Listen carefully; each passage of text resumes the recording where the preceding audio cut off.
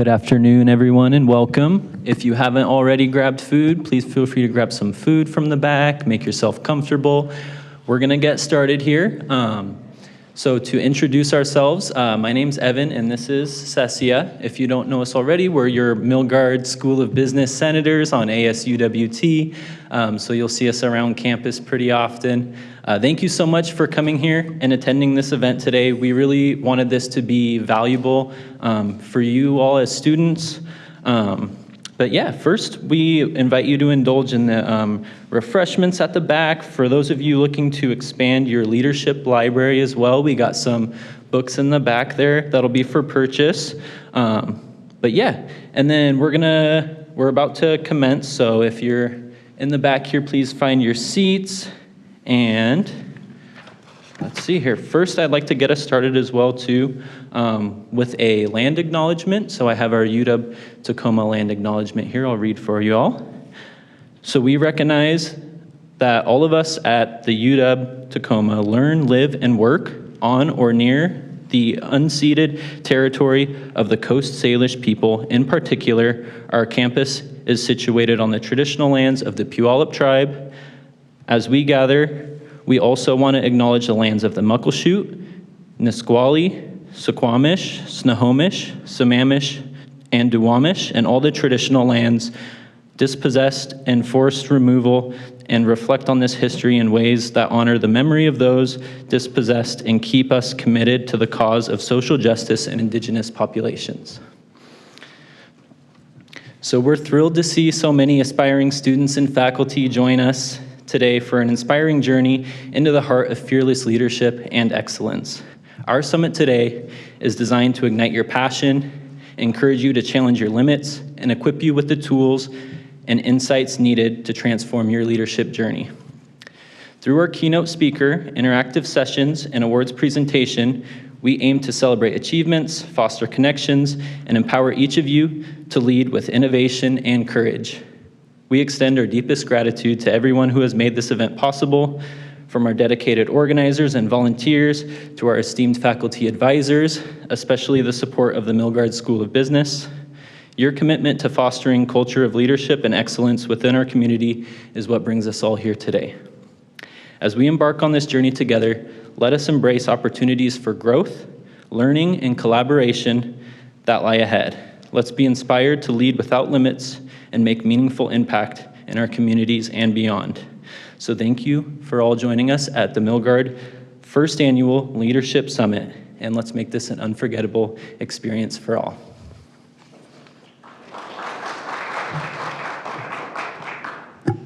Today, as we gather in the spirit of growth, innovation, and leadership, I would like to introduce our keynote, Mr. Eric Bowles, who embodies the essence of today's theme, which is inspiring excellence and fearless leadership. He is a renowned motivational speaker, leadership coach, and visionary founder of and CEO of the Game Changers. And Eric's journey comes from the gridiron of the NFL to the boardrooms of some of the world's most prestigious companies, and he is a testament to his unwavering commitment and excellence to leadership. Through his work, he has empowered organizations across the globe, including powerhouse brands such as Starbucks, the Dunkin' brands, and Alaska Airlines, to break through barriers and reach new heights of success. Eric's insight on leadership, team dynamics, and personal development are not just theories, but are forged from real-world experiences and challenges. As we listen to Eric share his strategies for inspiring excellence and fearless leadership, let us embrace this opportunity to learn, to be inspired, and to lead with courage and vision. So ladies and gentlemen, without further ado, please give a warm welcome to the very Mr. Eric Bowles.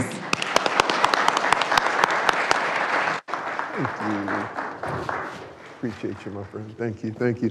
Let me first of all say thank you to Cecia and to Evan for the wonderful opportunity, nice meeting all of you here. I must tell you, I wish I could say I was a University of Washington alum, but they didn't recruit me. So I actually graduated from Central Washington University right across the mountain range. That's where I'm from, but I am a Tacoma boy. And so I grew up here in Tacoma, Washington. I went to Foss High School, went from Foss and then moved over to Central. And then I got a chance to play football, run around catching football for a few years in the NFL. So I was with the Jets, I was with the Packers. I'm not here to talk about the Jets and the Packers, but I will tell you that I am going to use some of those experiences in what I'm going to be talking to you all about today. First of all, by a show of hands, how many people in the room right now are students? If you're a student, will you raise your hand? Okay, love it, love it, love it. Okay, so I know we got students, I know we have professors in the room, maybe other roles that you may have. This is a conversation about leadership. It is a conversation about excellence, but it is a conversation. I am not just speaking to you, I want to be speaking with you. And so as we go through the process, I know we have Q&A and that's part of it, but my Q&A kind of happens as we go. So I'm not just going to dedicate the last 20 minutes. We're going to do it as we walk through. And these are two things that are very important, okay? Two things for me as we go through this. One is, anytime, this isn't just because I'm speaking, I mean just anytime, and I had a mentor who told me this and it was so good. They said, make sure you get a return for anything that you invest your attention into. And the reason that's important is your attention is actually your life. It's your time. You don't get the time back. So we're going to be together at least for an hour. So if you're giving me an hour of your life, make sure you get a return on that hour, okay? And so I'm going to ask that you do that with focus. I'm going to ask that you do that with intentionality. Now, with that being said, first of all, this building is beautiful. I mean, when my daughter, Taylor, raise your hand, Tay, she graduated here from University of Washington, Tacoma, and I don't think this building was here when she was back there. So this is a fabulous building. I'm very familiar with the Milgard family, different things in community and all the impact they've had, and so good to see this building here. So with that being said, I have a question for you all. Now, let me pull up the slide, and we're talking about inspiring excellence and fearless leadership. Now, two things I want you to understand. When we talk about inspiring excellence, my business, what I do for a living, and I get to travel and do a lot of stuff, my business, my purpose, our mission in my company is that we're in the business of coaching, training, and inspiring leaders in the unleashing of their potential and the potential of those around them.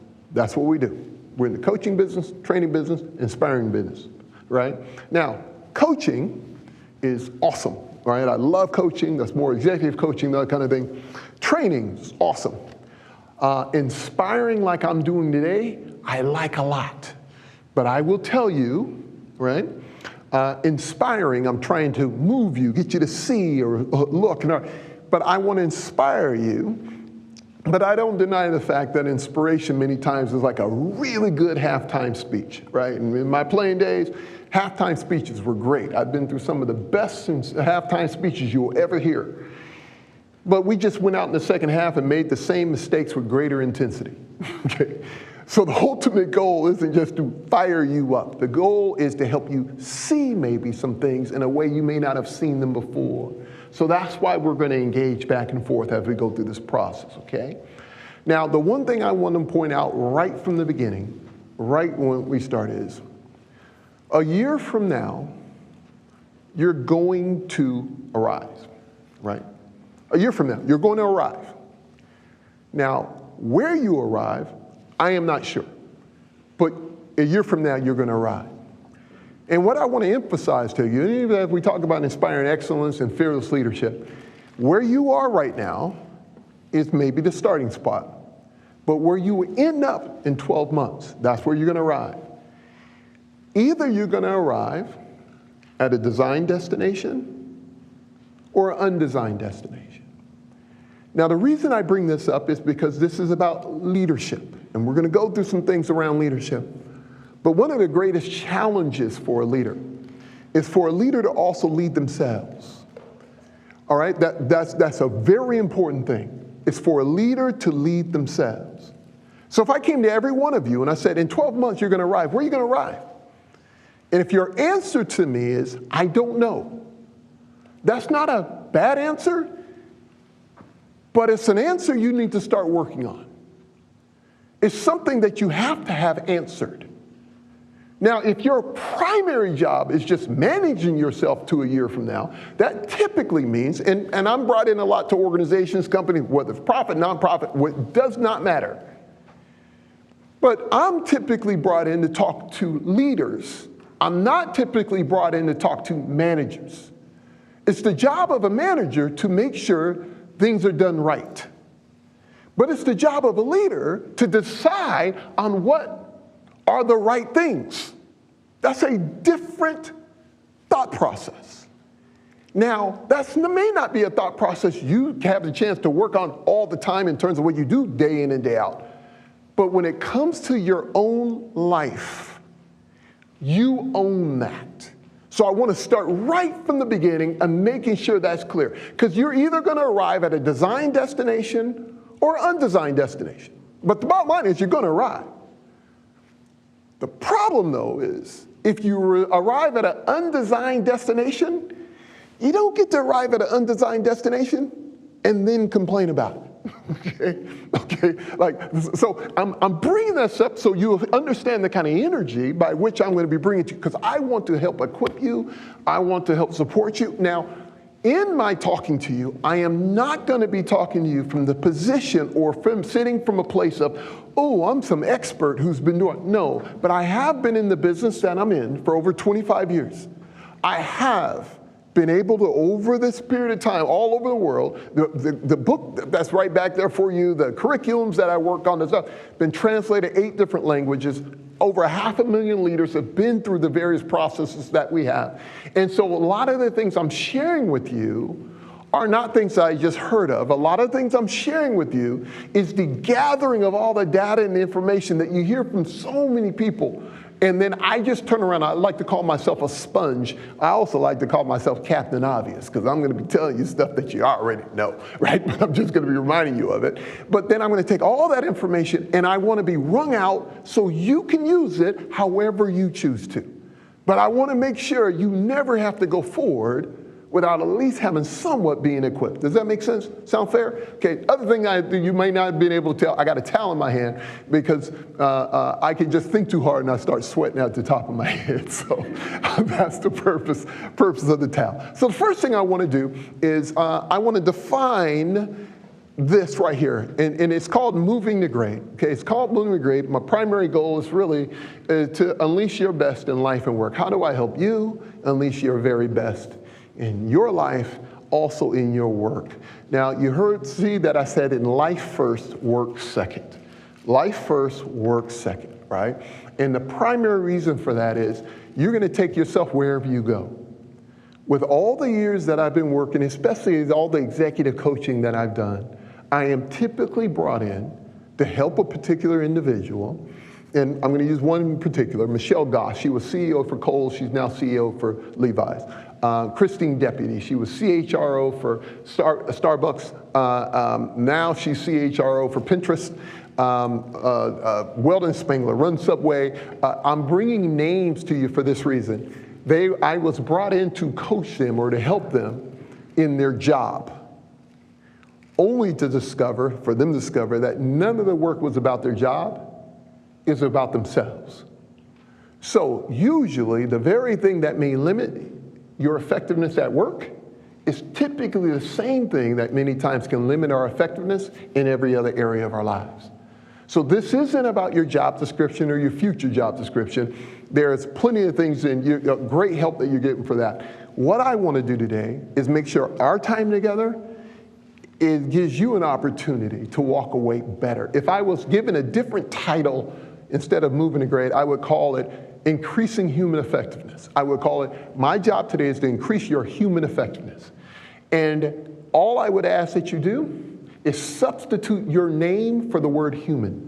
So instead of this is increasing human effectiveness, today is all about increasing Evan's effectiveness, increasing Cynthia's effectiveness, increasing Abel's effectiveness. It's putting the name for the word human. The reason I do that is because I don't want you to be thinking about who's to the right of you, who's to the left of you, who's not in this room.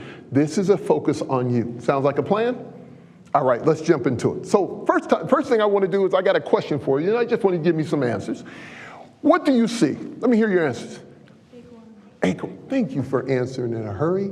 I was doing the same thing with a group of Boeing flight engineers, and it was like quiet for 2 minutes. That is a very awkward silence. Right? Finally, the guy in the back goes, an acorn? I'm looking, I'm like, man, thank you. It was not a trick question. Okay, right? Yeah, an acorn. Okay, but follow now, this is subtle, but I asked, what do you see? I didn't just ask, what are you looking at? Does anybody see anything more? Yes? I see the chairs, the kitchen table. Come on, I hear you. That oak chair, that oak table, huh? What do you have? Yes? A seat of a tree. Love it. Yes, yes. Did anybody at any point, based on your ages, maybe, or did anybody see, Ice Age, the movie? I know somebody, yeah. Okay, like, yeah. And so, anyhow, but yes, so this is what we see. I didn't ask what you're looking at, even though every answer was accurate, right? So here's an acorn. But we know on the inside of every acorn is the possibility of a mighty oak tree. There's no rocket science to it. We know that. We know that on the inside of every acorn is the possibility of a mighty oak tree. Now follow this here, because this is really important. I said the possibility of. I did not say the probability of.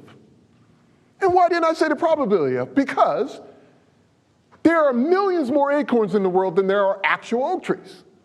So just because every acorn has the possibility of an oak tree, the probability of it ever becoming an oak tree is actually low. There's an acorn that I have in my office.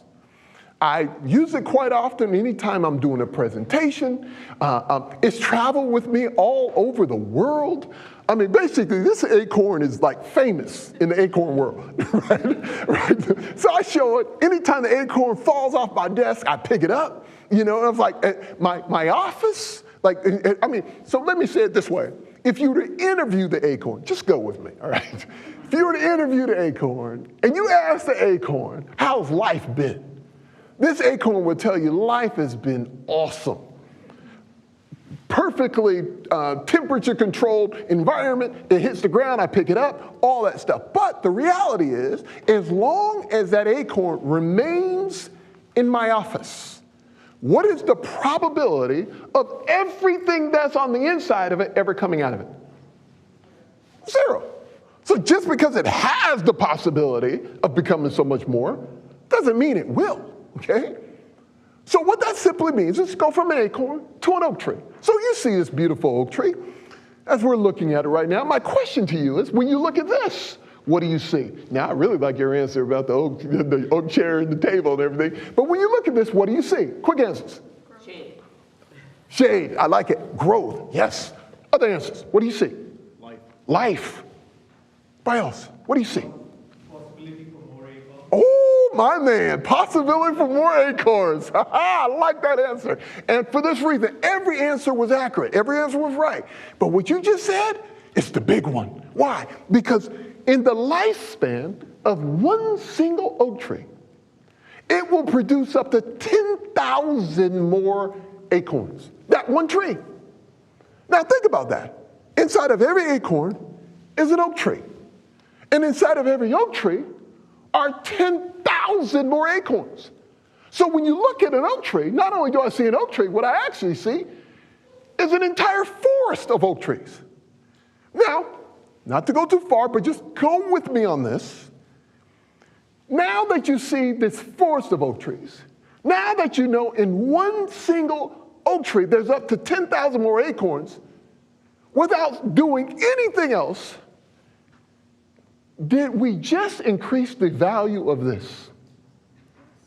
Is it? I remember the first time I was like, all of a sudden, an acorn's value just skyrocketed.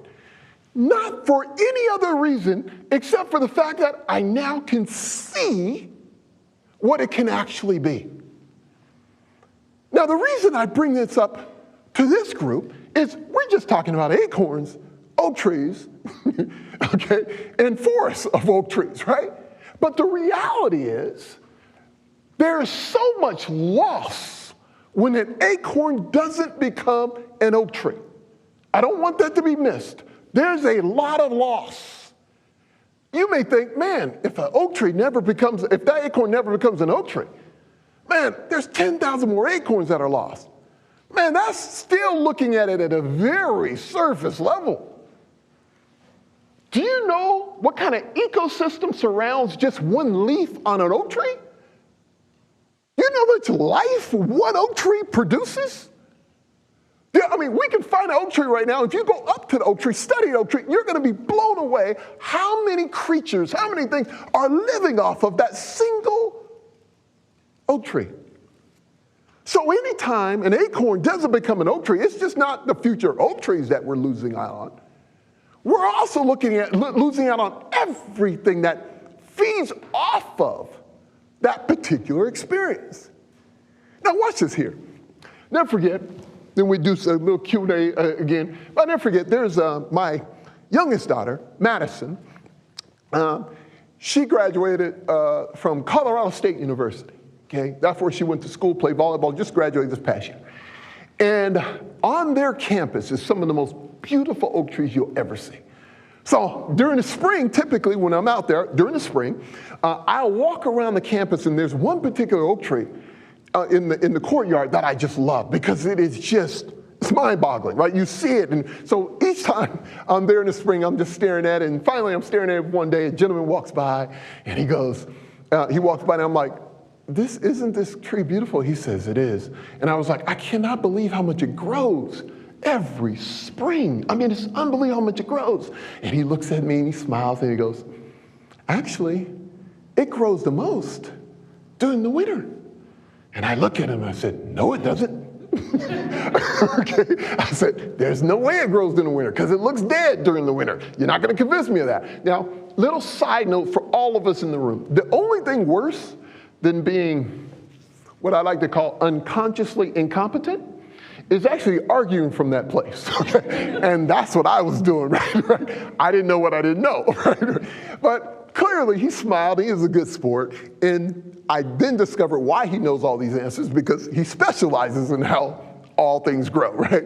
And he said to me, he goes, you know what's even more impressive about this tree? I said, what's that? He goes, this tree is over 200 years old.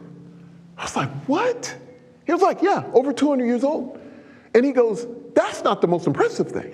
The most impressive thing is that not only has it survived, but it's thrived with over 200 northern Colorado winters.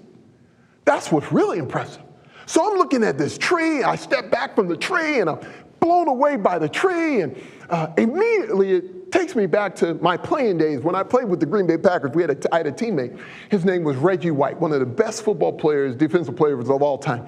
God rest his soul, he passed away. But I never forget Reggie saying this one time. He says, Eric, remember this about champions. Remember this about people who really overcome, strong individuals. I said, what's that? He goes, champions are celebrated in the light, but they're made in the dark. It's what you do when no one's looking that makes a difference. And as soon as this gentleman told me about this oak tree, that's what I thought of.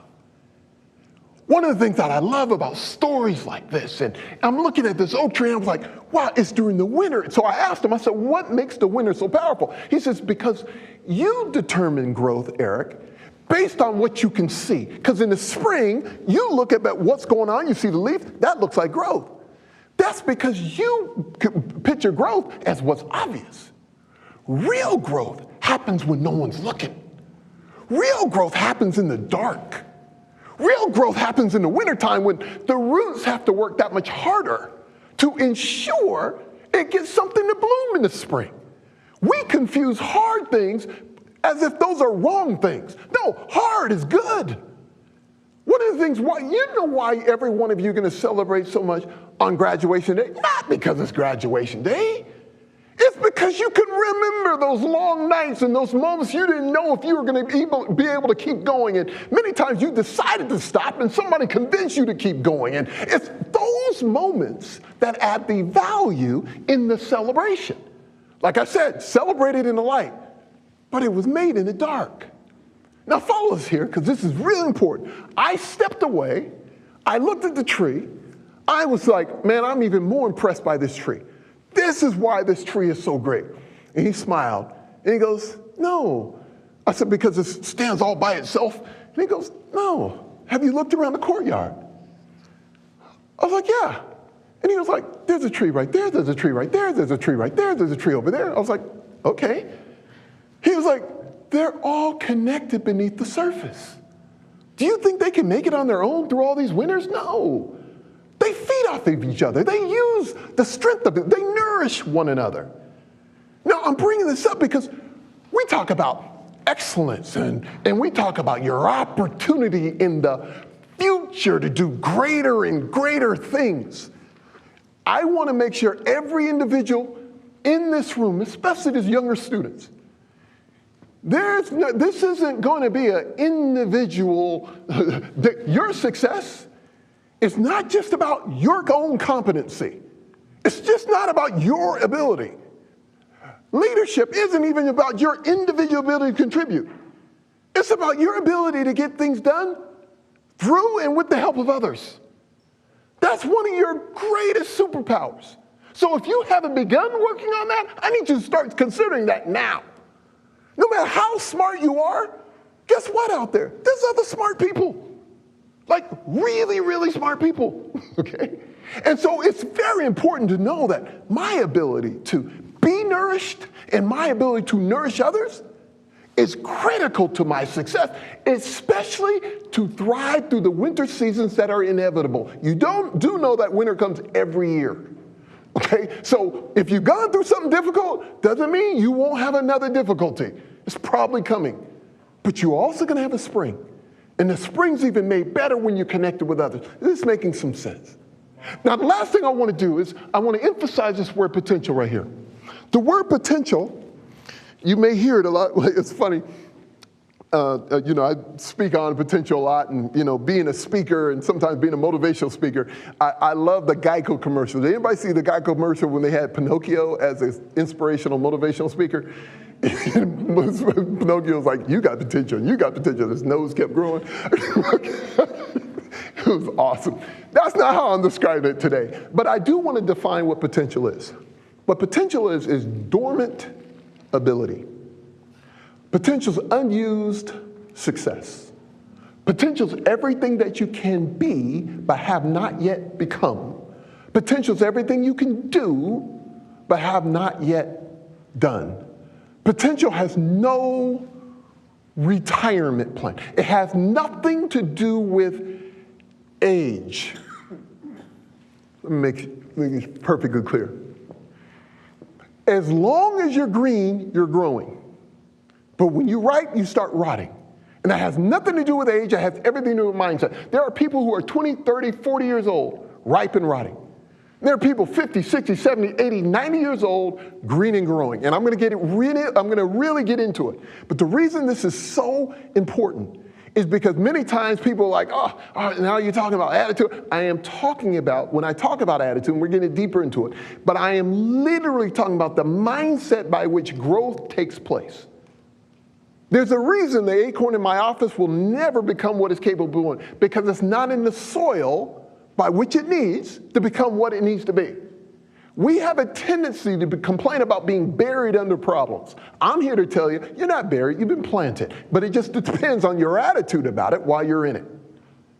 If you assume, I always challenge, especially young people, but even the leaders that I work with, we all got problems, and I said, the definition of a leader, your job description, and whatever role you go, the definition of a leader is problem solver. So stop complaining about problems when that's the very reason you're getting paid. Like, that's the value you bring to the table, your ability to solve problems. And it doesn't mean you have to solve them. It just means I'm able to move people to thinking about solutions versus problems alone.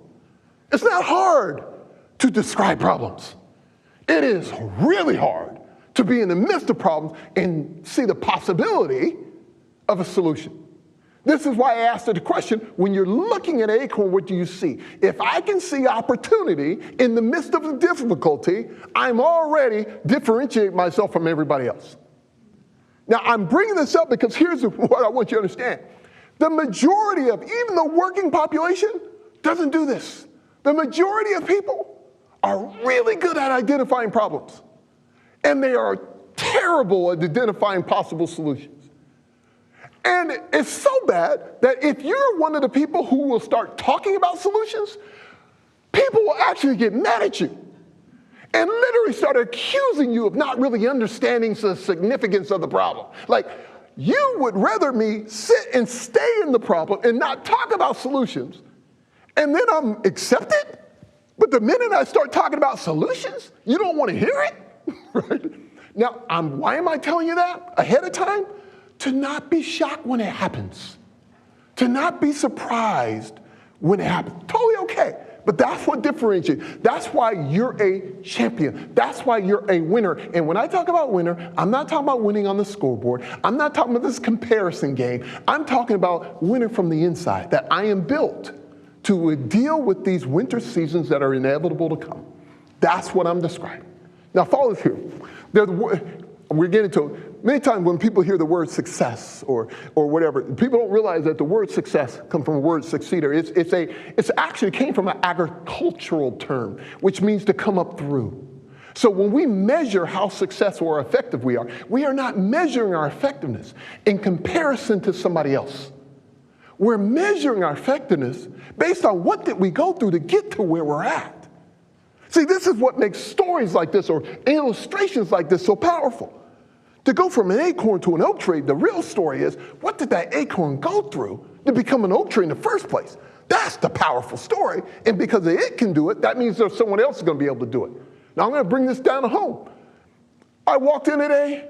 After greeting everybody, I got a chance to talk to Abel, professor right over here. And first question, I said, Abel, tell me your story. And he told me he was from Southeast San Diego, and I know exactly where he was at. And it ain't San Diego on the beach. Okay, that is not the area. And the fact that not only does he tell me his story and what he went through, and basically not the regular high school, but the other high schools you got to go through because they kicked you out of the other ones, and what you had to go through from military to getting back in school now, that's awesome. This is good. Okay, that's what he's done. He's become an oak tree. But you know what's more awesome? Is this. Because now his daughter is doing far more because she's on her way to college. She didn't go to the same. So what he's actually been able to do is ensuring that he became this and ensures that who follows him has even a greater opportunity to do even more. This is why you maximizing your potential, you unleashing your potential is not a selfish act. It's a selfless act. It's actually selfish of you not to do it. If you don't unleash your potential, that's what's selfish. Why? Because the people around us who are like us need to see it's possible. And I'm not talking about the corny stuff like going to Instagram and only posting your highlights. I ain't talking about that stuff. I'm talking about real life. I'm talking about real time. Acknowledge your challenges, acknowledge your work, and then people are fueled by your real story. They're not motivated by highlights. I say that all the time. I'm like, man, just actually, most time when I see people posting their highlights, it just makes me angry. Like, okay, right? First happy, right? I want the real story, right? Like, tell me what you've been through, right? Now, follow us here. I talked about potential. I talked about it going from an acorn to an oak tree. Here's what I want to do now. I want to talk about what gets in the way of potential being released, what really gets in the way. Okay? Now, hear me when I say this.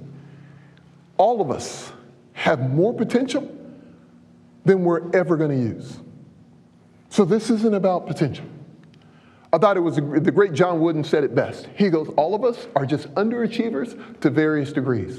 And people say, why would you say that? Because none of us use all the potential we have. None of us do. So this isn't about whether you have it. You have what it takes. This is an issue of, am I going to tap into it? This is why leading ourselves matters so much. Here's a great definition of a leader, or a leader's necessity. I say it all the time. As a leader, I am not necessary if I am not helping people be more successful with my help than they would have been without it.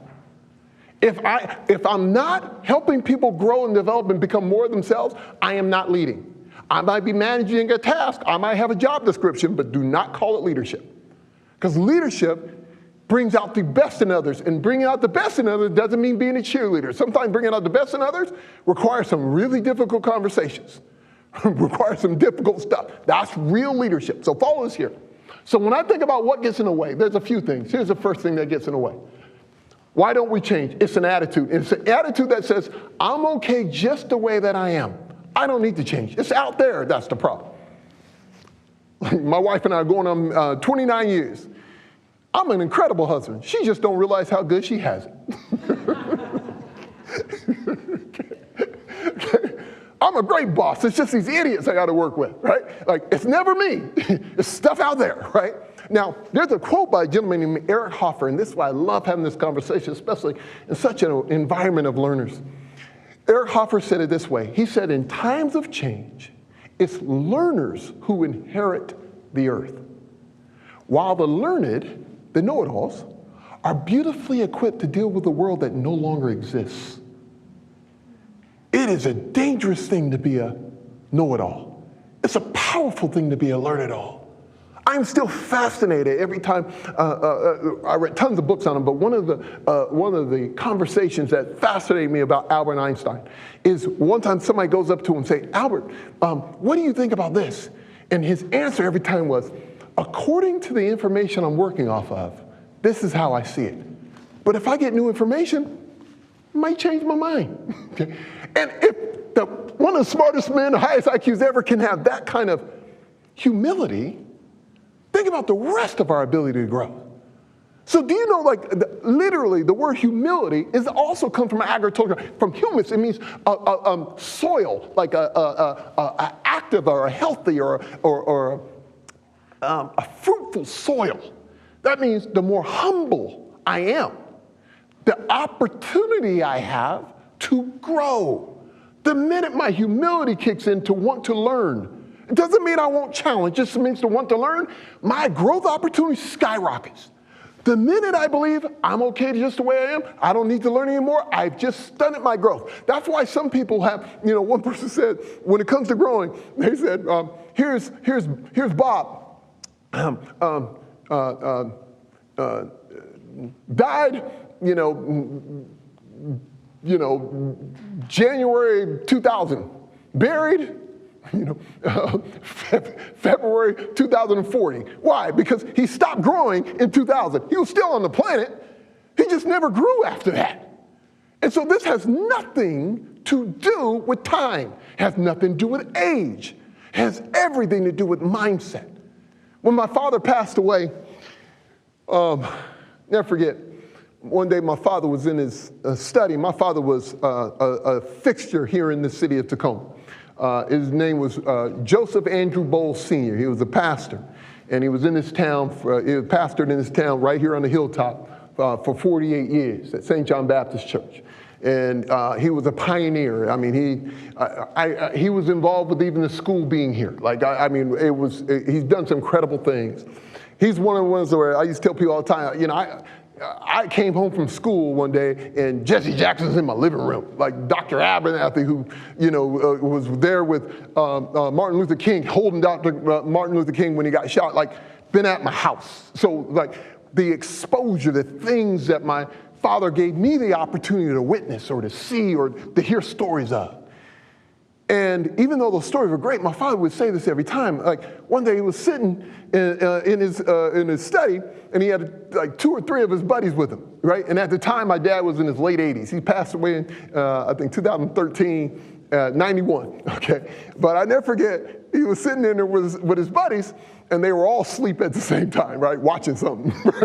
Okay, I changed the channel, and they were like, oh, I was watching that. You know how that works, elder kid. But the part that made it so good is I was listening to him talk. And I remember his buddies left, and I looked at my dad, and I said, Pop, I love listening to you guys talk. There's so much wisdom. You guys are so wise. And he laughed. He said, whoa, son, slow it down, slow it down. I said, so what, Dad? He says, do not confuse experience or age with wisdom. I was like, what do you mean? He says, experiences can either make you better, but for most people, it just makes them bitter. He goes, what makes wisdom is when experience is reflected upon, when you pay attention to it, where you don't, most people just have the same experience over and over and over again versus slowing down and evaluating what's the causes of this? What role do I play in this? Now, the reason I tell you that is that's growth. Anything that if I keep telling myself I'm fine, you are okay just the way you are, but that don't mean you can't keep growing. And the difference between a good friend and a good leader in your life, a good friend accepts you just the way you are, which is awesome. We need that. But a good leader in your life loves you too much to leave you there. Okay? There's a difference, right? A good friend, sees past your weaknesses. A good leader is like, I see every one of your weaknesses, and we got to figure out how to turn that weakness into a strength, right? Or at least you be aware of your weakness so you know how to work with others who can make up for that. We all need both sides of that in our lives. That is critical. Hopefully this makes some practical sense. Okay, so I don't believe anybody in this room struggles with this, because you wouldn't be here if you did, okay? Now, these next two are the ones I really want to spend the majority of my time. Next three, I really want to spend the majority of my time on. And one thing that gets in the way of us going from an acorn to an oak tree is this: fear of the unknown, fear of the future. I want to be very practical here, and this is a personal thing that I want you to really consider, especially when it comes to, we talk about fearless leadership. It's been said that people choose unhappiness over uncertainty. Okay? I want that to really land. That people choose unhappiness over uncertainty. Another way of saying it is, I'd rather be unhappy and certain about it than to go through uncertainty for what I really want.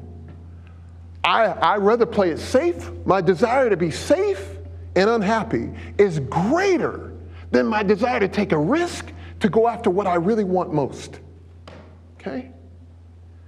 I get asked all the time, well, Eric, how do you? I said, here's the reality. We stay in relationships that we know good and well don't work for us.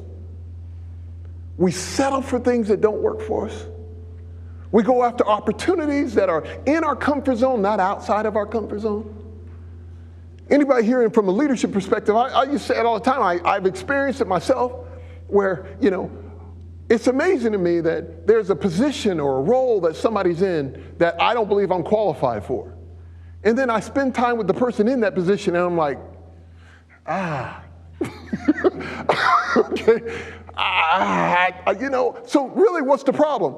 Usually the problem isn't that the person was more qualified. Usually the problem is I didn't realize what I had. It's a me problem. It's not a them problem. Even if I didn't get the job, at least I went for it. Now, this is really big because I want you all to understand this. We have a tendency to overestimate what we think our competitors or people out there can do, and we underestimate what we believe we can do. And the reason we do that many times has nothing to do with our competency or our talent. It has everything to do with our fear. The fear of the unknown. I've never been there before. You've heard people say, I fear the future. Yeah, because it's usually vague. So how do we turn the unknown and making it known? You know how we do it? We do it with sitting down long enough to decide, what do you want? People always think goal setting is just something that people do and throw up on your refrigerator and, no, but goal setting matters. Goal setting is simply designing what you want your future to look like. Instead of letting it happen to you, you happen to it. You spend time really being honest. What do you want? I'm not asking what people just want for you, but what do you sincerely want? And if you don't know the answer, keep asking the question until you find the answer. It's worth the effort. You know, one of the most exciting books you can read is your own, right? Find good questions in the book and start asking yourself the same questions you're reading about. Just ask your question, what matters to you? If you arrive a year from now, where do you want to end up? That's a phenomenal question. But you need to take time answering it. So before you start, please, I hope you guys are receiving this.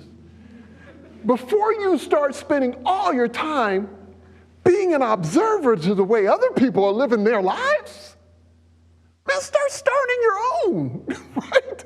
The amount of time we scroll and look what everybody else is doing. Man, you got a life to live. You got something to experience. What do you want?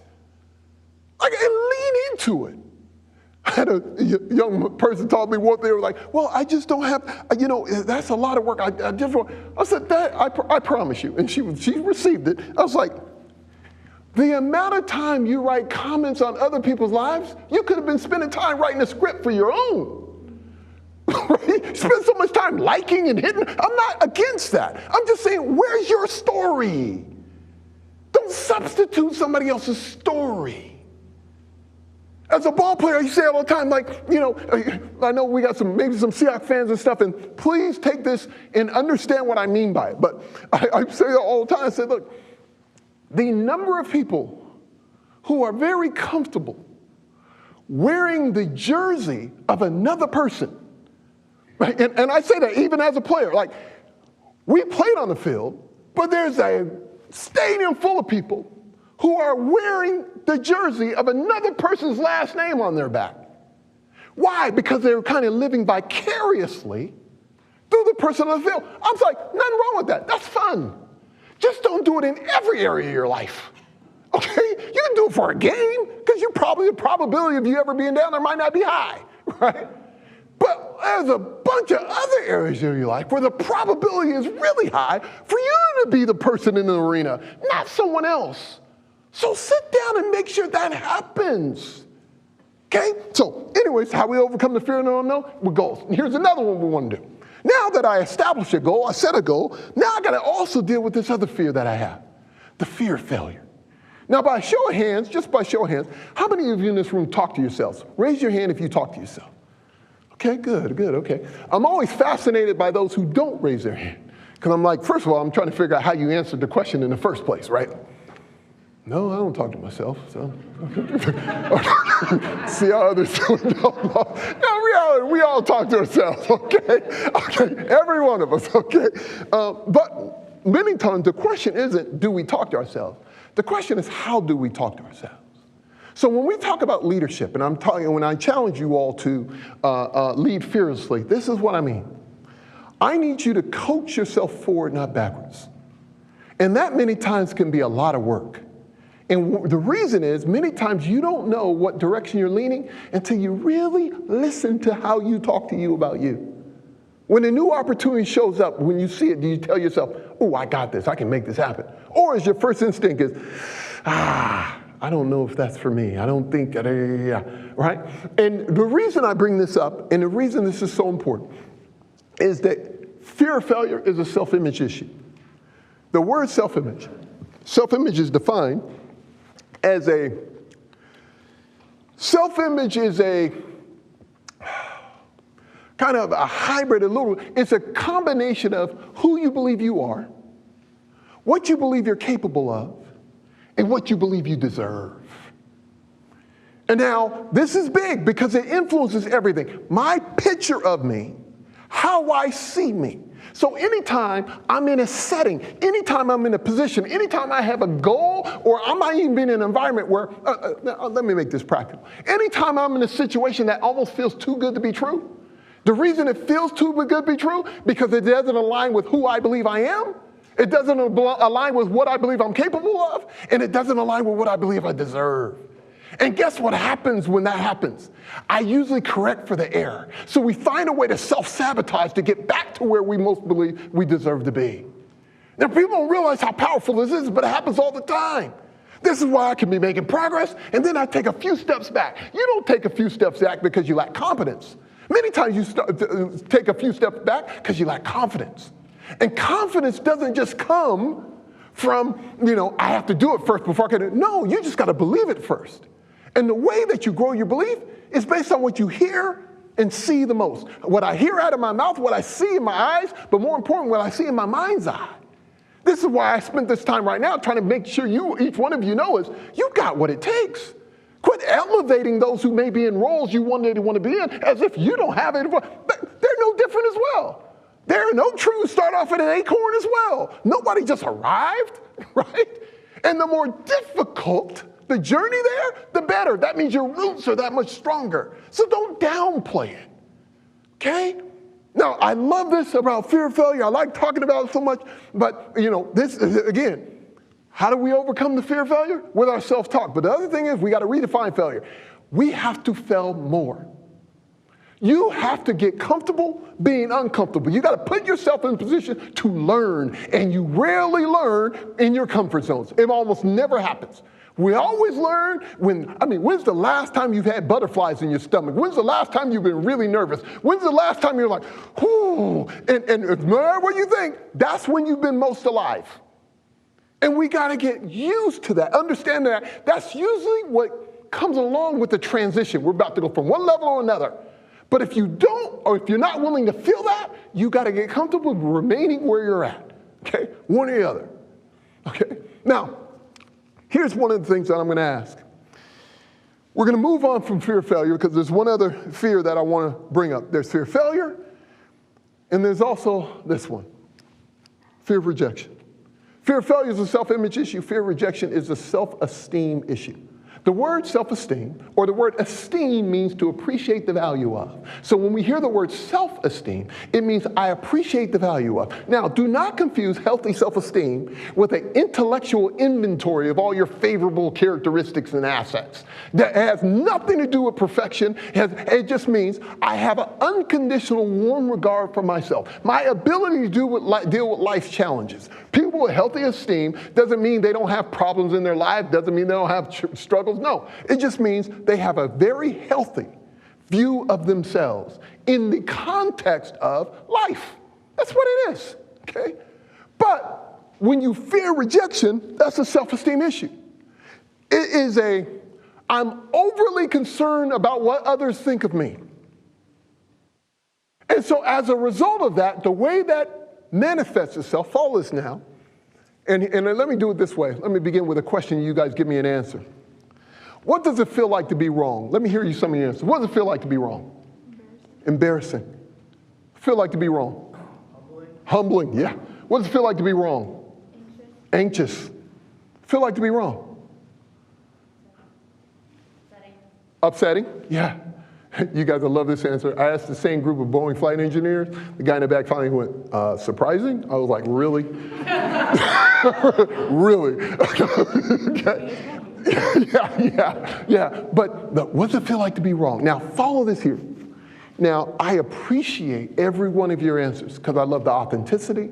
I love the vulnerability because being wrong doesn't feel good. But I take it even deeper. What you just told me isn't just what it feels like to be wrong. What you told me is what it feels like when you discovered you were wrong. There's a chance you've been wrong for a while. And the price of being wrong, we can learn from being wrong. What we just don't want is to be wrong for a while. I don't want to be going down the wrong path without feedback. And sometimes fear of rejection prevents us from asking for the very feedback that we can course correct so much sooner. One of the things is my youngest daughter, Madison, she used to have some, and she's come a long way, but she used to really have some learning challenges. We can put it in a whole bunch of different ways, right? But she really does. If she was here, she'd tell you about it. She's like, yeah, I struggle with this. And we did some studies, and we understood that some of her ability to comprehend certain things was struggling because of her visual learning skill was off the charts. Her ability, her memory could get overloaded. Her frontal cortex, it gets overloaded. And it is literally a medical thing. So the question was, well, how do you get past that? I was like, I knew early on. And fortunately, I live in this information. The value, what I had to do early with Madison, is not how to help her learn all the answers and memorize. What I had to do with Madison more than anything is get her comfortable enough in her own skin to ask the question at the time she needed to know the answer. So she never got in trouble for a bad grade. But she did get in trouble if she didn't wear that teacher down. Okay? She did get in trouble if she allowed the opinions of others in the room for her not to speak up. She did get, and people were like, why did you do that? I said, because you want to assert, your self-esteem is your psychological immune system. It allows you to do with the inevitable weather conditions that you're going to face as you guys go from here to the next spot. There is no perfect place you're going to land where everything is so good and safe, where you're not going to feel tested. No, you're going to get tested all the time. There's going to be people you work with who ain't thinking about your esteem. They ain't thinking about your feelings. They aren't thinking about any of the stuff. And the likelihood that they got to get all that right before you can function, that's the wrong order. There's not one person in this room who's being dictated by a marionette doll, where you have strings that are connected to you, that if people treat me good, I'm happy. If people treat me bad, now I'm miserable. Do you really want to be in that position? Do you trust others that much where your whole mental well-being is dependent on how they are?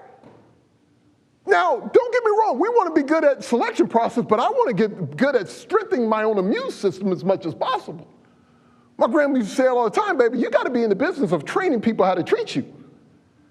And if you're in that business, you got to first begin with knowing how to treat yourself. Now, I bring this up in such a strong way when I ask you about with feedback. One of the best places to practice strengthening this area, even before you get into the marketplace, even before you get forward, is get in the habit of being very clear about what you want. Ask for what you want.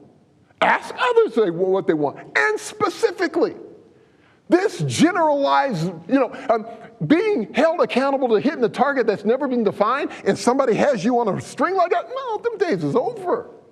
If you go to a restaurant right now and you don't like where you sit down, and they put you, next in the corner, and you're like, and you and the person you're there having dinner with, you're like, oh, I hate these things. But the person who sat you down is constantly walking by, literally stop and say, can we sit somewhere else? We would like to sit over there.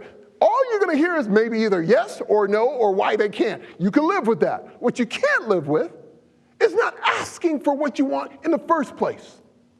This isn't about a restaurant. This is about how to live. You may have a loved one right now, somebody you share your life with, partner. It's not the mind reading game. It's clarity. What's a good enough? What do you want specifically? What do you not like specifically? Why am I telling you these things? Because this is so important, and we do some Q&A. Fear of the unknown, fear of failure, fear of rejection. These problems aren't, I don't know how to communicate. These problems aren't, I struggle with failure. The problem isn't the unknown. The problem is not a failure. The problem is fear. There's nothing I've been telling you right now that's going to help you avoid failure, help avoid the unknown, or help avoid rejection. That's life.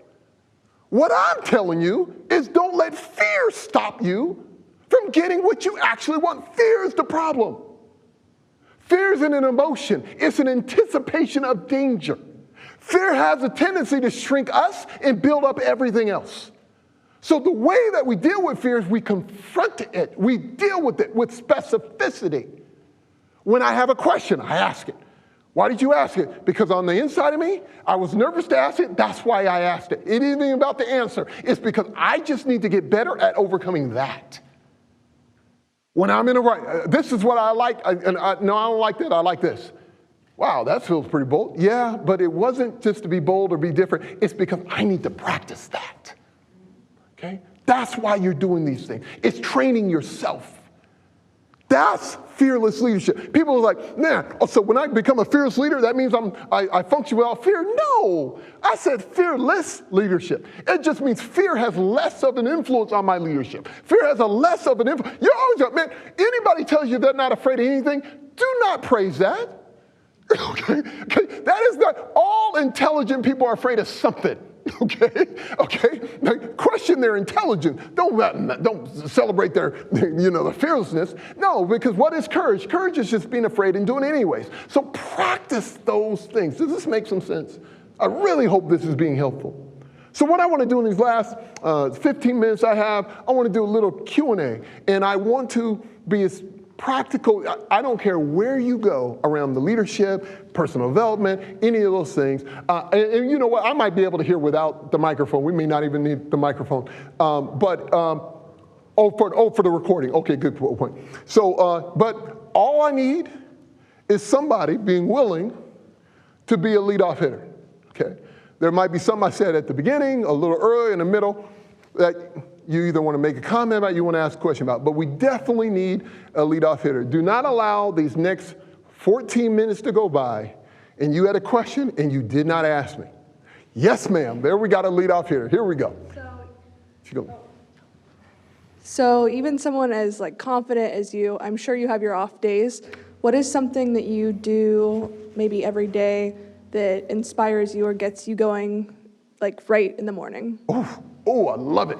So the question was about, what do I do to begin my day? I am a big believer in this combination between attitude but also process. So I believe in the 80-20 rule. If I can win the first 20% of my day, the probability that the rest of the 80% of my day goes in a good run is extremely high. So I call these everyday drills. So my goal is to win the morning. And the first thing let me tell you what I don't do. First thing I do in the morning is not pull up this phone and look at emails or texts or the latest news cycle. I want to control that part, right? So what I do is I call it my golden 30 minutes. For 10 minutes, I have my devotion meditation time. 10 minutes, not long, just 10 minutes, mine, right? Then the next 10 minutes, what I do is I read something I'm reading, something I'm learning from, something that inspires me, okay? And then for the last 10 minutes, I go over my goals and my affirmative reminders. And basically when I say affirmative reminders, all these statements that I want to be true about me, I just keep saying it over and over again. I don't say I will one day be, or I say this all the time. I do first thing first, one thing at a time, and I follow through it to a logical conclusion. That's what I do. Okay? I write it also when it comes to my relationship with my wife. I love serving Savior and treating her with significance. I find new ways new ways to blow her mind every single day. Now, people look at that and they're like, look, it's for me. It ain't for nobody else, right? But it puts me in the right frame of mind. If I can win the morning, I just raise the probability of winning the rest of the day. If I let the rest of the world bombard me with everything, the probability that I spend or take 30 minutes out of the rest of the day to redo it is almost zero because we're caught up in everything that's going on. And I do this every day. It's called everyday drills. We call them EDDs in football. Why? Because if I can win practice, I just raise the probability that I'm going to win when it comes to game time. So you view the morning like it's practice. I never forget, Tony Dungy said it best, a great coach, Super Bowl coach, and Tony Dungy would say this. He goes, if I could get my players to understand that you're paid to practice, you would play for free. So if you get serious about practice time, and this is little fun because you own it, I mean, you don't have to worry about how you're going to play in game time when everybody's looking, okay? And that's why that's significant. So that's how I use my morning. I win my mornings. Also, one other thing I want to emphasize here is I don't spend a lot of time worried about managing my time. What I manage is my energy, because my energy is far more important. And so I try, when am I most energized? Me personally, I'm just more energized in the morning. So I'm not prescribing anything. I'm just telling you, you want to manage energy. So if in the middle of the day, there's a 30-minute, an hour break where you get uninterrupted, and that's the time you can do it, then do it. If it's late in the evening for you, but do it. But don't let a day go by that you haven't invested in you. Everybody else is pouring into you. Everything else is coming at you. Make sure you're spending time focused on the things that matter most to you. It's not a selfish act, it's a selfless act. Great question. Anybody? Yes, ma'am.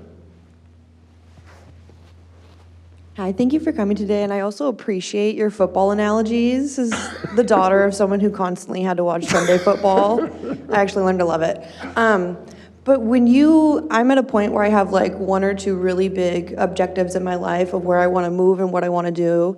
And how do you suggest, like, it's hard because I want to hone in on one thing, but I kind of want to touch both of them, but it's difficult. Like, how do you start that process of like, how do I combine them together? Yes. I am 100% with you. So follow this here.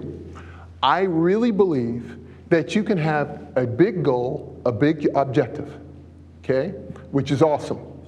Big goals, big objectives, big dreams are awesome. Broken down into small bites are even better. And so the reason I say broken down into small bites, it's just not steps, it's just little things. Like, give you an example. There's two big goals I'm going after. right? And I need to focus on this one, I need to focus on it, but I don't need to focus them all day long. I still got to live. And so what I want to do is, did I do something today that moved me closer to that? And did I do something today that moved me closer to that? And sometimes the same action does both things. That is actually working. What we have a tendency to do is to devalue how many small steps will lead to that goal. We believe big leaps make the difference. It's actually the opposite. Follow this here. Hopefully this makes some sense. It's not the intensity that matters the most. It's the consistency that matters the most. So I would rather do consistent little things because consistency gives me confidence. Consistency gives me momentum. And remember, the word momentum comes from a moment. The more small moments I can put together over time creates the momentum I'm very much looking for. And so you can know that's what's coming, yet be present in these little actions and feel pretty good at the day that I've done enough. That we have a tendency to like, man, I really want that, so I try to do everything all day that's keeping me in that direction. No, because I got to live too. So I thought about it. I did my morning routine. I know what I want. The importance of spending a little time every day, imagining that already. I think Stephen Covey said it best, beginning with the end in mind.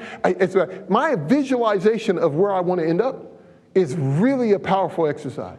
And then small little actions that move me there, I've already accomplished it. And so you can end your day knowing I took another step getting closer to my goal. And then you can allow the goal to happen when it happens. But it's going to happen a lot faster, both our objectives, when you're doing it this way and kind of in flow versus trying to force it, or the negative experience that we sometimes attach to our goal orientation, which is we're not either moving fast enough, we're not doing enough, and so what we start creating is tension after that goal. We don't want to anchor any negative emotions towards the goal that we're going after, right? We want a certain level of freedom and flow leading that direction. Hopefully what I'm saying is making some sense. Did that help? Awesome, awesome, awesome. Yes, sir, yes, ma'am. Yes, sir. We got a few, nice. Hi. So you talked at the beginning of the message here about going into different organizations, working with different executive leadership teams. I'm curious about how do you establish trust quickly, especially perhaps with teams where they may not be as motivated to enter into that type of discussion right away? Fantastic question. First of all, let me emphasize the way that trust grows with teams, organizations, just in any relationship we have. Trust doesn't grow over time. That's a fallacy. There's some people that, I don't trust you, I've just learned how to deal with you, okay? But trust grows through the exchange of information. The more vulnerable the information, the more transparent the information, the greater levels of trust. Now, follow this here. Is there risk associated with it? Absolutely. There's risk with growing trust. This is why anytime I'm on a team or I talk to leaders of a team who want to build trust of their team, I tell those leaders every time, there's a high probability you're going to have to go first. There's a high probability you're going to have to lean in first. You're going to have to go first, where people can see that there's a freedom to going here, and there's a risk. There's no such thing as being risk-free, but that's big. The other thing that keeps the trust going, though, is not only open transparency, but alignment. So sometimes trust grows from our information chain, but we got to truly work hard to understand where the person is coming from. You and I haven't communicated until our pictures match. So when you say something, I say something, it sounds like the same thing, but it really isn't. We got to keep leaning in. What do you mean by that? When you say that, what does that look like? And we have to have the time to do it. What I see too often is teams get together and they immediately start thinking about tasks instead of thinking about their chemistry. And it's important to lean in there. Why? Because I got to know you, you got to know me. Our values may be aligned, but the order of those values may not be the same. The methods we carry those things out may not be the same. And so what I want to do is be able to trust your intentions. Even if I don't understand your actions, I know your heart. So then when I can question the action, I don't necessarily have to question you. And that's usually the problem with most teams when they are not willing to do that part. So if you lean in it, it ain't just sitting around a fire singing Kumbaya. But people don't realize, look, chemistry matters because you're going to go through some difficult things. And if people are questioning people's intentions, that's what usually throws the team off. Hopefully that helped. Did that help, man? Awesome, awesome. Next question. Thank you for coming. As a parent, you previously mentioned about being selfless and so that those around you can be fruitful as well. As a parent, how do you not let what you want for your children impact you becoming a leader as well? Because that's been my biggest issue. Man, okay, I'm just gonna say how I'm thinking. Man, baby girl, you just went there. As a father of daughters, woo, I'm telling you, and that is the hardest part. I mean, for Taylor and Madison, like, even, I say it often about my desire to protect and my what I want for them and all the stuff, it influences, and what it does is it removes many times their freedom and the need for the learnings and the lessons that they have to get themselves from the experience. I had a mentor who finally told me this way. He goes, too often as parents, we spend so much time trying to prepare the road for our kids instead of our kids for the road.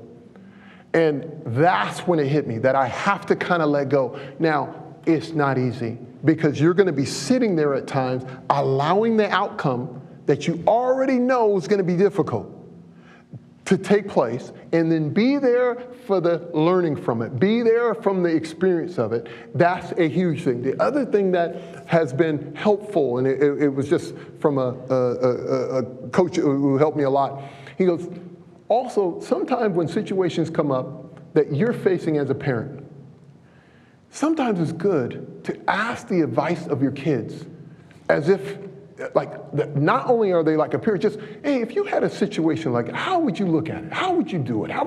And you'll be fascinated by their answers. You'll be fascinated how much they've really been paying attention, right? They've really been, and it positions them as something for the first time. I'm contributing to mom. I'm contributing to dad. I'm giving back. And so it raises their confidence in who they are up. This is why I tell parents often too, when you tell your kids you're proud of them, that's fantastic. But also tell your kids, be proud of yourself. Make sure you're constantly reminded, or times early, hey, I trust you. You're a good decision maker. Like, actually affirm in them, even before they made a decision. Like, hey, I trust you. You're a decision maker. You're a good decision maker. You make good decisions. You make good choices.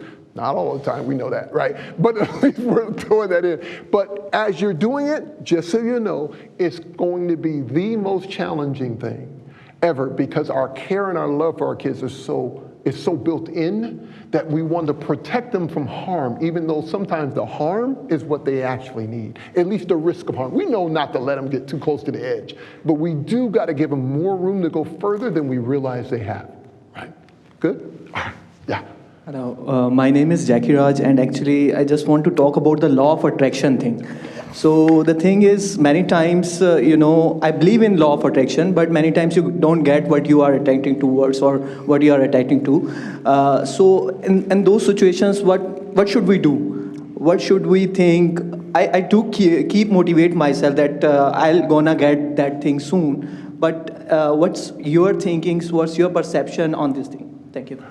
Great question. And so I do believe, because not only a lot of I just, when it comes to my creative psychology, my reticular activating system, let's make it even more psychological, right? Basically, my inner world and my external world have to match, or I'm going to be completely uncomfortable. That's where our discomfort comes, right? And so on the inside of me, I got to make sure what comes to me has to align with the picture I have on the inside of me. The work I got to do is to get as clear about that picture on the inside as possible, because many times we can be too vague. And so it's no different. The way that I like to describe it, my friend, is the same way an organization has to do strategic planning at the beginning of every year. Why? Because they only have a limited amount of resources. They got a limited, so they got to be as crystal clear about what better looks like for them. For us, it's called, instead of strategic planning for a business, to make sure we get return on investment, we got to get return on energy. So what I'm attracting to me is what energetically I am drawing towards me. So I got to make sure what's coming my way is, from a magnetic standpoint, that magnet needs to be as clear, as precise, that anything incongruent with that doesn't show up. This is why I spend time, make it real. This is why I spend time as a father of daughters, and, the number of women I have in my family extended. There ain't a lot of us, all the fathers and maybe one brother. Everybody else is sisters, right? Okay, and I say to my family, especially women, all the time, the question isn't, what are you attracted to?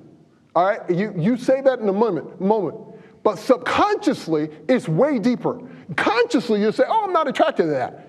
But you can end up with the same type dude every single time, or the same type partner every single time. Now follow me when I say this. They're the same person dressed up differently. So you got to start asking yourself a deeper question. What is in me that is attracting me to that? Right? Because the problem isn't you finding that. You're going to keep finding it. But why? What's attracting you to that? So stepping back and going and really asking tough questions like, okay, what is it about me? What is it do I need to evaluate? What does better look like for me? Now, this is real tech. When I start seeing things in alignment with what better looks like, and I start, like, one of our relatives is like, all of a sudden, the very thing she said she wanted, she started to get, and then this is when I knew she wasn't quite there yet. She was like, well, he's nice and stuff, but I kind of like him like a brother. I was like, there we go. Okay, there we go. Which tells you the truth. You're only identifying the areas, thank you for coming, hon. You only are identifying the areas that sound good publicly, but deep down at your core, you're not in alignment with that yet. And so this is why I tell people, do not worry about what it is you want and how long it's taking to get to you. Keep working on defining it and making it as clear as possible. The stronger and clearer it gets, the more magnetic it becomes. It works every time, promise you, okay? Yeah, we got a couple here. Okay. Is this okay, Sissy? Time? Okay. So you talked about how important it is to write your own story and not compare yourself to others. And so I wanted to ask you, what helps you to kind of focus on yourself and not look around at others and think that they're better off than you are? Oh, that is a great question. So what helps me not get caught up, I believe the worst game that exists in the world is the comparison game. Because if the comparison game wasn't in existence, it'd be amazed on how many things we would already be grateful for. Right? I mean, our appreciation would skyrocket. So the game that I play with myself to be there is I intentionally daily spend a little bit of time just working hard to be grateful about what I already have. If nothing else shows up, can I be grateful for it? And here's what happens in that process. I am grateful for what I have. Because I say that out loud, all of a sudden, the very things I have, I see more in them than I saw before. So instead of, it's nothing worse than, I have a friend, we laugh about it now, but I never forget, I was there for a friend, and the friend spent the whole time talking to me about how no one's there for them, and I'm there. You see what I'm saying? Like, in the moment, they didn't realize, I was like, finally I was like, you do realize, like, I'm right here with you. Like, I'm here for you. But they could only see what they didn't have because they were simply comparing what others made. So the way we get it is, oh, I'm going to stop comparing. No, don't even stop comparing. Just start seeing what you do have. Take inventory of what already exists. The friends you have, be more grateful for them. The relationship you have, be more grateful for them. There's some areas that may not be great, but hopefully they get better, but that's fine. But it's in that. There's energy flows where focus goes. So anytime my focus goes to what I appreciate, energy goes in that direction automatically. This is why sometimes you can be sitting in a spot and your range of emotions can do this. You at the beginning of the hour, you were really happy. By the end of the hour, you're now miserable. And people are like, oh, but all that's happened in that hour, that's all dictated by what you were thinking about. So people are like, I'm not happy. I was like, really? And why aren't you happy? Because I said, no, the question I'm really asking is, what are you thinking about? Because feelings always follow focus every single time. So just place your focus in the areas that create greater feelings. And next you know, those feelings start taking over and then you focus on more. It feeds itself. So that's what the fight is. The fight isn't, how do I do it without comparing? No, just take what you got. And what it'll also do, which is really cool, it'll create a different level of contentment where I can become, it makes it easier, sorry for that. It makes it easier to actually get excited and celebrate the successes of others. That's how you can really know you're growing, is when, your desire is to be in a relationship, you got a friend who gets in a relationship, and you can be happy for your friend even though you're not in it yet. Like your friend can get a job, you're still trying to get yours, but you can still be celebrating. That's how you know, that's the definition of, man, I'm really growing, that I can actually celebrate success of others, even though I may not be experiencing at the level I want right now. It's freedom, actually. When I talk about this, getting out of that comparison, there's nothing like it. So hopefully I have a good answer. Okay, I'll come right to you. Yeah. So I love hearing about stories and people's stories as well. And I wanted to ask you kind of like, when did you know or when did it click to be a motivational speaker? Yeah. When it clicked for me to be a motivator, actually my wife had a lot to do with it, but I cannot lie. The ability to do so probably started early, if you guys can't tell. My father was a preacher, my grandfather was preachers, my uncles are preachers, I can just go on this. Okay. My cousins who are in jail, they can preach, they just in jail. Okay. So this ain't it. So the ability to communicate or whatever, I was kind of in it. But here's where it really hit me. I'm fascinated by people's stories. So stories are so inspiring. So whether I'm reading about them or listening to them on YouTube or hearing about them, like me and you could sit down and I just want to hear, I want the detail inside of every piece of story. And so because you are also fascinated by stories, motivational speakers or great speakers do not ever lock onto the style. This is my personality. So how I'm doing it and what I'm doing, I am not the template for it. This is just who I am authentically. Some of the most inspiring speakers I've ever heard, voices just as sweet as yours. Like, hey, how do you do it? And they never raise above that. But people are so captivated because of the story, and people could see themselves in their story, or they encourage them to think about themselves in the story. That's everything. So when I knew that's what I wanted to do, that was probably back in 1990. When were you born? 2000? Not even yet. 2005? Gosh. Okay, so it was a long time ago when I knew that's what I wanted to do.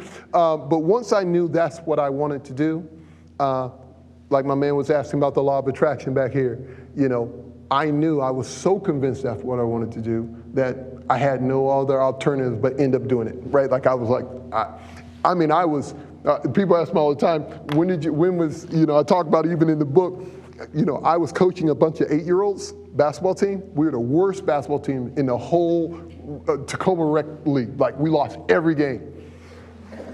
But I had the most inspired team ever. Our halftime speeches, pregame speech, postgame speech, couldn't make a basket. But man, my kids just were fired up, right? And I was practicing, right? Like, that's who I'm working with. You start where you're at, and that's how it began. So thank you for that. Yes, sir. How do you acknowledge a serious mistake? Ooh. Where do you get the strength to do that? Yeah. And then sense it? Yeah. Yeah, they're recording. Okay. How do you acknowledge a sensitive and embarrassing mistake? First of all, thank you for the question. And thanks for the question. And I'm going to give you the most transparent answer I possibly can. As soon as you can. It's vulnerable. It's embarrassing. But no one applies. What makes it the most hard too is when you can clearly assess the consequences of it too. Because sometimes and therefore I tell leaders who've made a mistake, it's not that we don't want to acknowledge our mistake. It's just the ramifications sometimes for acknowledging a mistake goes beyond you, even though there's second, third, fourth levels of that. But here's what I have discovered. Rarely does even in the short term, it's painful, but the long-term consequence of it can be even greater if we at least assess it, look at it. Now, I am a big believer in risk management. So I'm not saying, hey, I just run in and I confess and admit all these mistakes, because I also consider the receiver of that information as well. This is a subtle thing now, but it's important. We always got to consider what the other person can handle as well. So if my mistake was towards somebody, and I know when I confess this mistake to somebody, it may destroy them. Well, I need to spend time thinking and being wise. How? Because I need to confess the mistake, but I also want to do it where I don't lose the person, we do everything around it, but I don't get to run from it. And I love you asking that question because I just had a leader, it was almost a $57 million mistake. And it wasn't only the mistake that was made, they ended up creating divisions in the business based on it. So not only do they have to fix the problem, and that leader may not be there, but he's like, there's a whole function of people who weren't going to be here, who have families. I mean, he was in tears. Like, he was like, I made that call. I made that mistake. And I said, yeah. And so what we got to do, first of all, is identify what's the worst case scenario that happens when you confess it. And we identified it. I said, okay, if that's the worst case scenario, how do we create a plan for the worst case scenario? And we went through it systematically. It was not easy. But once we put the worst case scenario out of his head and put it on paper and we saw it and we looked at it, he was like, okay, here we go. Now, what's the probability of the worst case scenario happening? Is never as high as we think. I'm not going to say it won't, but I'm saying when you think worst case scenario, when a big mistake or something like that, the probability that it's ever as bad as you imagined it is probably close to zero. Why? Because when big problems stay in our imagination has zero boundaries. So it will go to places we could have never imagined, which creates the fear even greater, which causes us to hesitate even more to even have the conversation in the first place. Not trying to oversimplify it or whatever, but those are like, we don't get to avoid those things. And as those of you in the room who are leaders, those are the things I say, you really haven't been in leadership until you had a few sleepless nights, right, where a decision you made or didn't make can have such ramifications on others. Man, I thank you for that question, brother. That is, ooh, yeah, it's heavy, man, but it's real. It's real. Oh, I saw one, oh, yes. Sometimes we set our weekly targets and the direction which we want to achieve, the goal which we want to achieve in futures. And sometimes we are not able to fulfill that weekly targets set by us. How we should overcome that time and how we can achieve the same by next time. You talking about in terms of setting targets? Yep. Okay, and so I'm going to ask you to help me. I apologize because I heard a little echo. So your question is, if you can leave it with him, if you can leave the mic with him, my man, I want to make sure I'm hearing his question as clear as possible. Okay, so you're talking about individual target or collective targets? Just that's collective and individual both, I would say. Mm-hmm. So collective and how do you ensure that you can, if you're starting now and the target's out there, how do we make sure we get to it? Is that what you're asking? Yes, yes. Okay, so here's the best way, in my opinion, there's multiple ways, but here's the best way of reaching our target. Here's the best way collectively, and here's the best way individually. When it comes to reaching our target, that has a lot to do with execution, am I right? So our targets are accomplished when we execute. But we can only execute if we're focusing on the right things. But we only get to focus when we have clarity in the first place. And so this is how I want to describe it. I know this is being recorded, but it's very important. What clarity is for yourself and what clarity is as a group is simply this. Clarity is we are all clear on what it is we want. We're clear on why we want it. We're clear on how we're going to do it, but the how, we have to be flexible. Now, and then we're clear about the benefits of it. That's the fourth one. And the fifth one is the cost of inaction. What is it going to cost us if we don't get there? What is it going to cost me if I don't reach it? That does something, because that includes urgency. That creates an urgency. Many times when a team doesn't reach a goal, it's rarely do they not reach a goal because of lack of competency. They usually don't reach the goal because of broken focus. They didn't get aligned around the clarity in the first place. So it's very important as a leader that I know, most important thing is that now I'm not clear about the goal, it's that my team is. And clarity is, we're clear about what we want, we're clear about why we want it, we're clear about how we're going to do it, but we have to be flexible. I learned that actually from General Robles, who was the CEO and chairman from USAA Insurance, and he told me this, it was so good. I said, General Robles, you talk about being flexible when it comes to the how, but why do you got to be flexible with the how? And he says, from a military standpoint, he says simple. He goes, because the enemy gets a vote. Okay?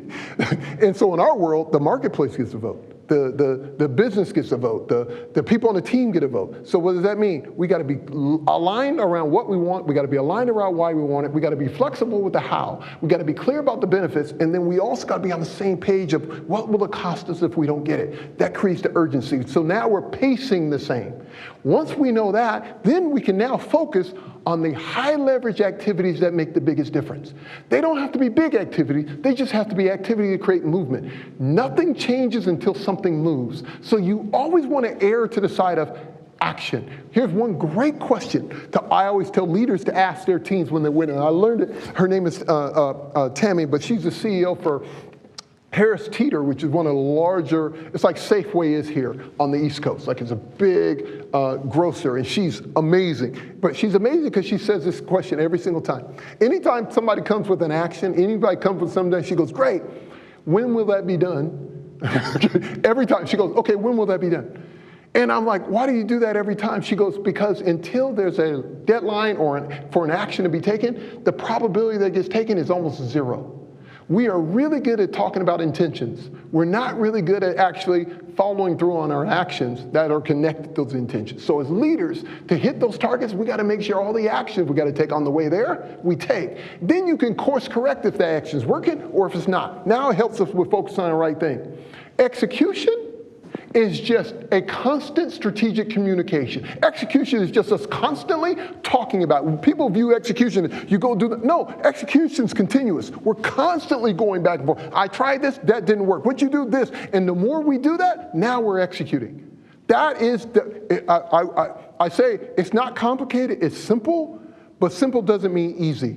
Because as leaders, you got to be focused to keep doing it. Why? Because the work and the busyness of life can just take over, and you realize we haven't gotten together to really get aligned in 2 months. Yet we got to hit this target, right, in the next 6 months. So this stuff has to be done consistently. Does that help, man? Hopefully that's making some sense.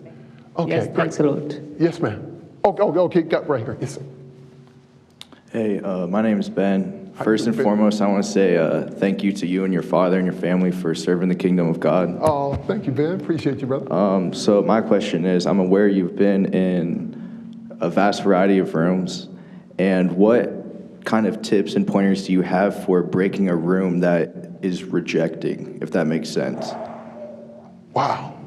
Wow, breaking a room that's rejecting, like not embracing what it is you're trying to present. Yeah, so you're talking, you're up there doing your thing, and Yeah. it's all this, what were you talking about earlier where it took 2 minutes for them to respond? Yeah. That type of room where they just want to get home to their family and their boss made them come to this event.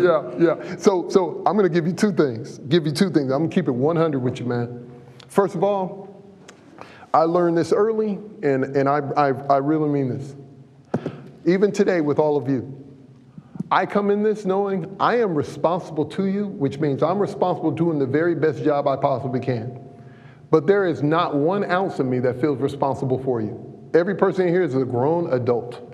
So the minute I come in, that's already understood. I do not come in trying to win people over. You may be entertained, but I'm not in the entertainment business, okay? And so if the only person who got something out of it was me, then I was speaking to me. My goal is somebody getting hurt, but I remove the standard that I'm sitting here having this presentation and I'm at the mercy of what everybody's thinking about me. Man, that's long been gone, okay? And I don't say that with an arrogance, I'm just keeping it real. Like, too often, people are held hostage by that. Like, I am not in the business trying to convince somebody who ain't convinced themselves. Like, I don't owe you, you owe you. Now, if I say something that works, great. If I don't, okay. You know, but at the end of the day, I never forget the great Bill Russell. He said this. He was like, look, we got to play the game anyway, so we might as well win. So if people ain't, you got to sit through it for an hour anyways, you might as well get something out of it. But if you don't want to, all right, okay. Now, I say that not as arrogance. I say that as freedom. Because of that, I'm free. So I'm not up here, I'm just me. Hopefully people can relate. I'm not everybody's cup of tea, and it's okay. Just like the reverse is true. So when you go into a situation like that, the thing I would always encourage you to, though, is always be you. Be your authentic self. right? If you're somebody who's a little more formal, be formal. If you're somebody who's a little more informal, be informal, right? But I tell you this much, there's a lot of facts that may not hit people's heads, but stories always hit the heart, right? And so make sure, like, you can always use your stories, the stories of others, and once that happens, you're good. Good? I saw there was one more. Yes, ma'am.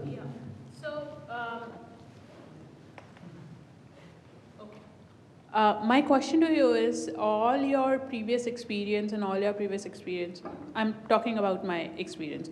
So your team used to consider you as a good leader, right? Now, at this moment, when you want to showcase all those leadership skills on your resume or in the interview, it's like only a word, leadership, you know?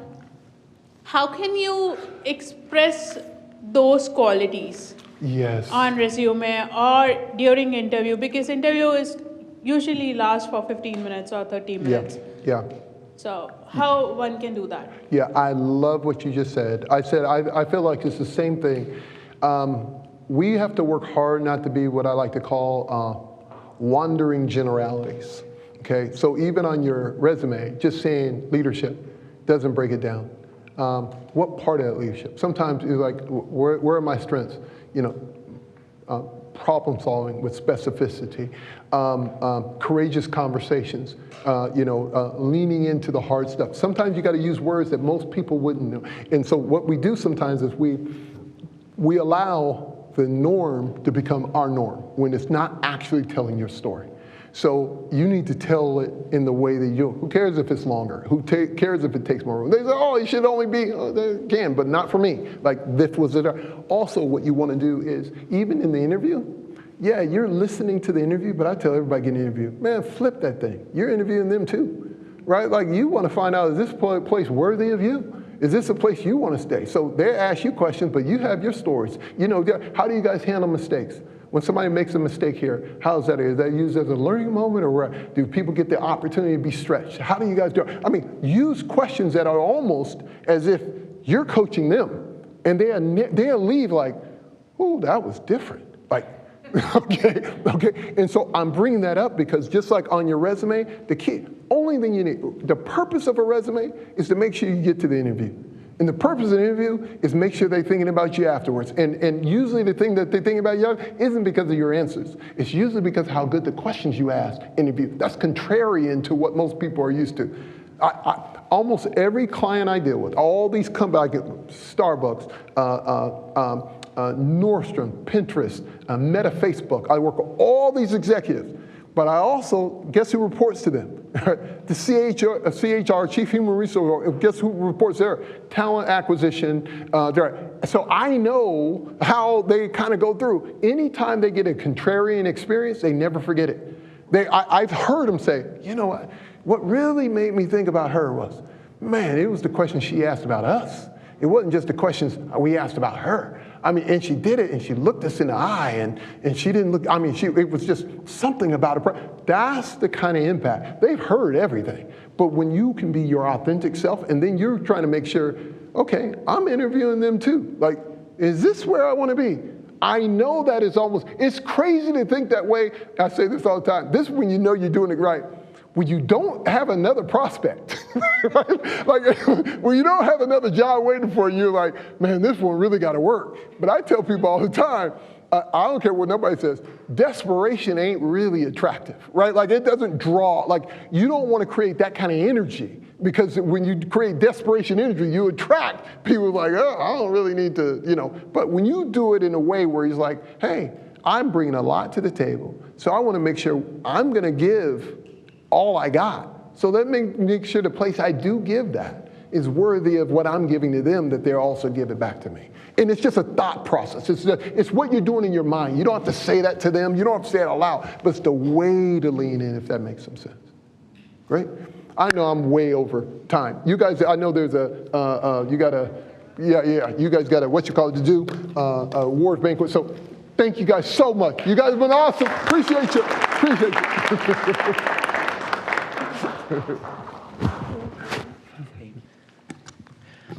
All right, and with that, we're going to get started on the last short segment of our event here today. Another thank you to Mr. Eric Bowles. We really appreciate your speech there. If everyone could give him a round of applause.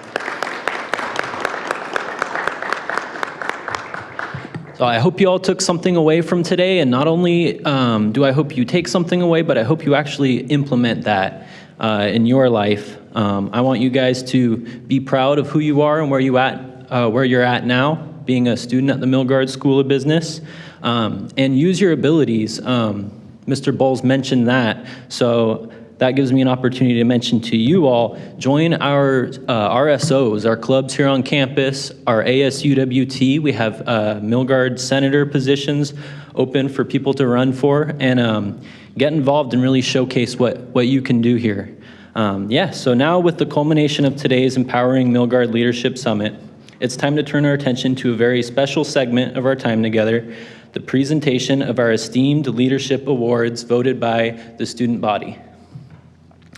These awards celebrate the remarkable individuals among us who embody the spirit of leadership, innovation, and commitment to the Milgard School of Business and its mission.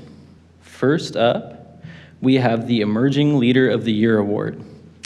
This award is a tribute to an early Milgard student who has not only shown exceptional leadership qualities, but has also made a meaningful impact within our campus community. Their dedication to service and their potential as a leader of tomorrow make them a shining example for all of us. The recipient of this award is none other than Moira Kelly.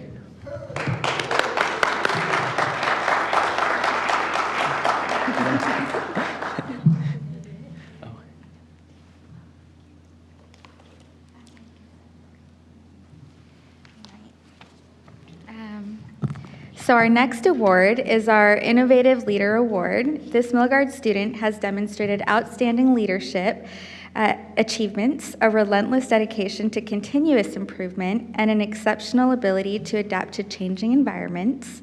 Their potential knows no bounds, promising a great path ahead. I am so proud to call this person my friend, and I'm excited to see where all of their entrepreneurial paths are going to take them. We will welcome Isaiah Mam up here to receive the award.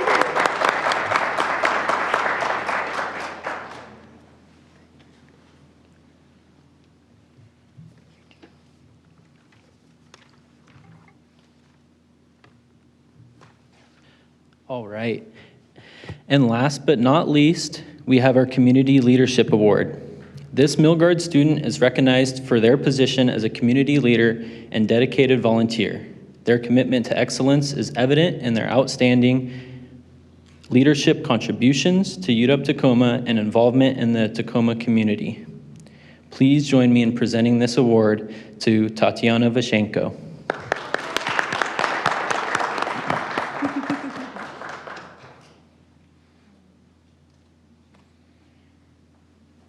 Congratulations once again to our award winners, and we will move on to the last part of our event, but if we could all just get one more huge round of applause for them, and we're going to take pictures afterwards.